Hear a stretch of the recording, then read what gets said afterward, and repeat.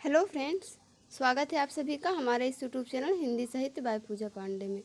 Friends, आज की इस वीडियो में हम देखने वाले हैं कि जो पीजीटी हिंदी का भी इंटरव्यू हुआ है केवीएस का, वो किस प्रकार से हुआ है और कौन कौन से क्वेश्चन जो है वो पूछे गए हैं।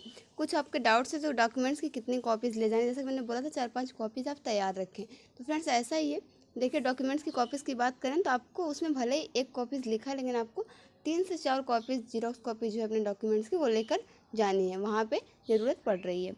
अब दूसरी बात करते हैं कि साहित्य पूछा गया या नहीं। तो देखिए, इंटरव्यू जो है वो एक ही कमरे में सबका नहीं हुआ, सबके लिए अलग अलग कमरे थे।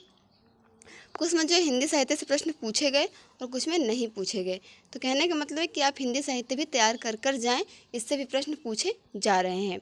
और हिंदी साहित्य में क्या पढ़ना है और कितना पढ़ना है, इस पर मैंने अलग से वीडियो बनाई हुई है। अगर आप लोग मुझे फॉलो कर रहे होंगे तो आप लोगों ने देखा भी होगा। उसमें मैंने टॉपिक्स को भी इंक्लूड किया और बताया कि आपको किस तरीके से तैयार करना है और कितनी चीज़ें तैयार करनी है। कंटेंट भी आप चाहें तो देख सकते हैं। अब बात करते हैं कि डेमो टीचिंग किस प्रकार से हुई। टॉपिक उन्होंने खुद दिया या हमें जो हम तैयार करके गए थे हमें वही पढ़ाना पड़ा। तो ऐसा कि देखिए, कुछ इंटरव्यूअर ने जो है ये कह दिया कि आप जो तैयार कर कर आए हैं वही पढ़ाइए, लेकिन कुछ ने जो अपने से टॉपिक दिया एनसीईआरटी से कि आप इस टॉपिक को हमें पढ़ा कर दिखाइए। तो इसलिए आप जो टीएलएम देखिए आपको लेकर नहीं जाना है, ना आप टीएलएम लेकर जाएंगे ना लेसन प्लान आप मतलब बनाकर लिख कर लेकर जाएंगे। आपको सिर्फ अपने माइंड में ही तैयार करके जाना है कि आप किस प्रकार से वहाँ पे प्रस्तुतिकरण अपना करेंगे। डेमो टीचिंग में जो सबसे मेन बात देखी गई वो था आपका कॉन्फिडेंस। जैसा मैंने पहले बताया था कि वो ये देखना चाहते हैं कि आप किस तरीके से पढ़ा रहे हैं, आपकी टीचिंग स्किल कैसी है ना। आप बच्चों से जो है इंटरेक्टिव कर पा रहे हैं या आप नहीं कर पा रहे हैं, बच्चे कितना सीख पा रहे हैं, जिस तरीके से आप पढ़ा रहे हैं क्या बच्चे सीख पाएंगे, आपकी क्लास में इंटरेस्ट लेंगे या नहीं। ठीक है, वो ये चीज़ देख रहे हैं कि अधिगम हो पाता है या नहीं हो पाता है। ये सारी चीज़ें आपकी देखनी जाती हैं। सबसे बड़ी बात है कि आपका कॉन्फिडेंस कितना है, आपके बोलने का तरीका कैसा है, आपकी पढ़ाने की शैली कैसी है। ठीक है, और इन सब चीज़ों को देखने में बहुत ज़्यादा समय नहीं जाता। आप ये ना सोचें कि हमें 2-3 मिनट मिला है, 4-5 मिनट ही मिला है डेमो टीचिंग के लिए, तो हम कैसे करेंगे। वो आप जितनी देर भी पढ़ाएंगे उतनी देर में ही आपकी सारी चीज़ें दिख जाती हैं। जैसा कि मैंने पहले ही बोला था, ये सारी चीज़ें जो है एक दिन में नहीं आती हैं, आपको पहले से प्रैक्टिस करने की ज़रूरत है। आप जितना ज़्यादा इसकी प्रैक्टिस करके जाएंगे आपको उतना ज़्यादा अच्छा वहाँ पे जाके अपने को प्रस्तुत कर पाएंगे, पढ़ा पाएंगे। इसलिए आप एनसीईआरटी से जो टॉपिक आप सबसे अच्छे से पढ़ा पाए वही टॉपिक आप वहाँ पे तैयार करके जाएं। अगर वो कहते हैं कि आप जो तैयार कर कर आए हैं वही पढ़ा दीजिए, तो आप अपना बेस्ट दें और सबसे अच्छे से वहाँ पे पढ़ा कर आएँ। अब उसके बाद करते हैं एनसीईआरटी कैसे तैयार करें। देखिए, एनसीईआरटी से क्वेश्चन पूछे जा रहे हैं। मैंने पहले भी कहा था एनसीईआरटी आपको मस्ट है, वो आपको तैयार करनी ही पड़ेगी। और बिना पढ़े उसका कोई शॉर्टकट नहीं। जब तक आप उसको पढ़ेंगे नहीं, आप नहीं समझ पाएंगे कि कौन सी चीज़ें कैसे पढ़ानी है, क्योंकि आप कोई भी टॉपिक पढ़ा रहे हैं आपको अलग से उदाहरण देना ही पड़ता है उसमें। ठीक है, तो बेटर होगा कि आप उसी किताब में से ही उदाहरण दें या उनकी डेली लाइफ में जो चल रहा है बच्चों के, आप वहाँ से उदाहरण लें। जब आप किताब पढ़ेंगे तो आपको पता चलेगा। दूसरी बात है कि जब आप एनसीईआरटी पढ़ते हैं तो आपको पाठ का कंटेंट मिलता है, प्लस व्याकरण से जो क्वेश्चन बनते हैं वो भी आपको मिल जाता है। तो किस प्रकार से आपको साहित्य के कुछ प्रश्न भी आपको देखने को मिल जाते हैं। जैसे रस छंद की बात करें तो रस छंद उसमें नहीं है, जैसे काफ़ी ज़्यादा लोगों का क्वेश्चन होता है।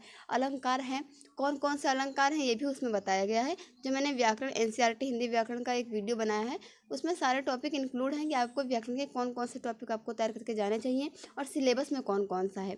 ठीक है, चूँकि हमें यही सारी चीज़ें पढ़ानी होती हैं तो मुझे पता है कि जैसे अलंकार है तो उसमें आपको 7 से 8 अलंकार दिए गए हैं। रस छंद उसमें नहीं है, समास है, वाक्य है और भी ऐसी बहुत सारी चीज़ें जो कि मैंने उसमें बताया है। इसी में से आपको कोई टॉपिक दिया जाएगा पढ़ाने के लिए। प्रस्तावना प्रश्न आपके बहुत ज़रूरी हैं। आप कितने अच्छे से प्रस्तावना निकाल पाते हैं। देखिए, प्रस्तावना निकालने से प्रकरण आप डायरेक्टली बोर्ड पे तो लिखेंगे नहीं, पहले प्रस्तावना प्रश्न निकलवाएंगे, प्रकरण बच्चों से निकलवाएंगे, उसके बाद ही वहाँ पर लिखेंगे। तो प्रस्तावना निकलवाने से जैसे कोई आपसे पूछे कि क्यों ज़रूरी है, तो इसलिए ज़रूरी है क्योंकि हम बच्चों के पूर्व ज्ञान को नए ज्ञान से हम जोड़ पाते हैं। ठीक है, इसलिए। उसके बाद बात करते हैं कि बायोडाटा से कैसे क्वेश्चन पूछे गए। तो बायोडाटा में सबसे पहले तो आप जिस जगह के हैं वहाँ से प्रश्न पूछे जाएंगे। उसके बाद जो आपकी हॉबीज़ है उससे प्रश्न पूछे गए हैं कल वाले पीजीटी हिंदी के इंटरव्यू में। जैसे कि आपकी हॉबी है, रीडिंग बुक है, डांसिंग है या फिर फुटबॉल है, हॉकी है, जो भी है, कहीं किसी भी क्षेत्र में आपकी रुचि है, वहाँ से प्रश्न ये पूछे जाएंगे कि आप अपनी हॉबीज़ को बच्चों के लिए किस प्रकार से यूजफुल बना पाएंगे। जैसे कि आपकी हॉबी मान लीजिए डांसिंग है। ठीक है, तो आप ये बताइए हमें कि डांसिंग को आप जो है एजुकेशन में किस प्रकार से यूज करेंगे या बच्चों को इससे क्या लाभ हो सकता है। इस प्रकार से प्रश्न जो है आपसे पूछे जा रहे हैं और पूछे भी जाएंगे आगे होने वाले टीजीटी हिंदी के इंटरव्यू में। अगर आपने रीडिंग बुक कहा तो सबसे पहला प्रश्न आपसे ये पूछा जाएगा कि आपने कौन सी बुक जो है रिसेंटली कोई बुक रीड की है, वो किस लेखक की है, उसमें क्या कंटेंट दिया हुआ है, मुख्य पात्र कौन से हैं, है ना। इस प्रकार से प्रश्न आपके पूछे जाएंगे।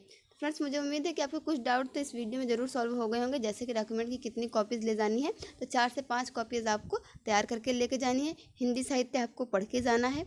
डेमो टीचिंग में आपका कॉन्फिडेंस दिखना चाहिए, आपकी टीचिंग स्किल दिखनी चाहिए कि आप जो है बच्चों से किस प्रकार से कम्युनिकेट कर पा रहे हैं, है ना, लर्निंग हो रही है या नहीं हो रही है, ये सारी चीज़ें आपकी टीचिंग स्किल में देखी जाएंगी।